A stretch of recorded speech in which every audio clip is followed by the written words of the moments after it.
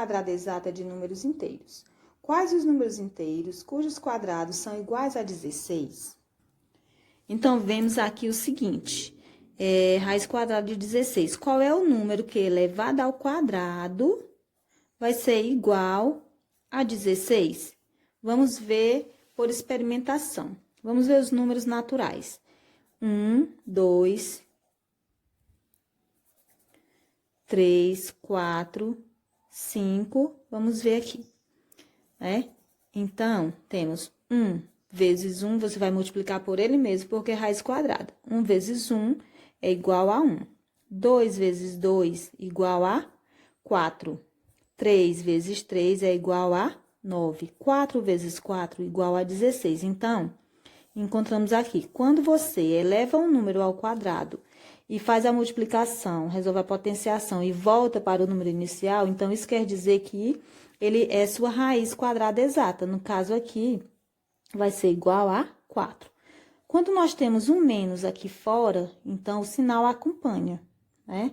Ou seja, eu tenho menos 4 elevado ao quadrado, que vai ser igual a 16 também.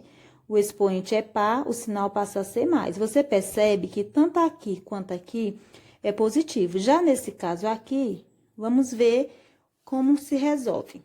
Se eu pegar 4 ao quadrado, eu tenho igual a 16, que é positivo.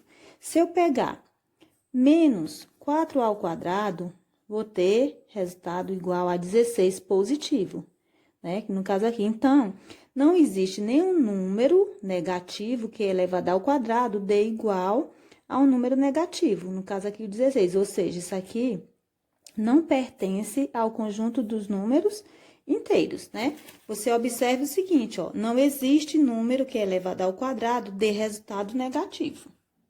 A gente pode encontrar também a raiz quadrada de um número com material dourado. Aqui nós temos o seguinte, ó, uma placa que vale 100, né? E as barrinhas que vale 10.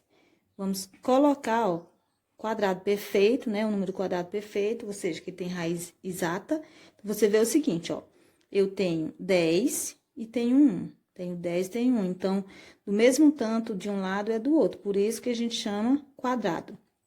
No caso aqui, eu tenho 10 mais 1, que é igual a 11. Ou seja, esse número 100, 10 mais 10, 121, a raiz quadrada exata dele é igual a 11.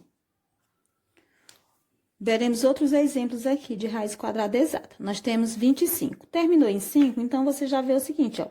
5 vezes 5 igual a 25. Portanto, a raiz quadrada de 25 é igual a 5. De 81, vamos ver. 6 vezes 6. 6 vezes 6 é 36, 7 vezes 7 é 49, 8 vezes 8 é 64. Então, 9 vezes 9 deu 81. Isso quer dizer que a raiz quadrada de 81 vai ser igual a 9. Nem sempre é possível determinar a raiz quadrada em Z, como eu falei, né? Já de alguns casos. Mas nós vemos aqui o seguinte, ó. 10, por exemplo, você vê o seguinte, não existe nenhum número, se eu pegar 3 vezes 3, que o 3 é a raiz do 9, vai ser igual a 9, né? No caso aqui, o 3 é a raiz do 9. Depois do 3 vem o 4. Se eu pegar 4 vezes 4, vai ser igual a 16, ou seja, 4 é a raiz quadrada do 16. Então, o 10, ele vai ficar nesse meio aqui. A raiz quadrada de 10, né? No caso, vai ser uma raiz aproximada. Vai ser maior que 3, mas vai ser menor que 4. Então, nesse caso, a gente coloca aproximadamente, né, igual a 3, por falta. No caso aqui, vamos ver a raiz de 30. Um número antes de 30 que tem raiz exata, no caso, ó, 5 vezes 5, 25. Então, o 25 tem raiz quadrada exata, que vem antes, né, do 30. Então, vai ser raiz quadrada aproximada 5. Já o caso do 36, quando temos o sinal negativo dentro do radical, né, então, nesse caso aqui, não possui raiz em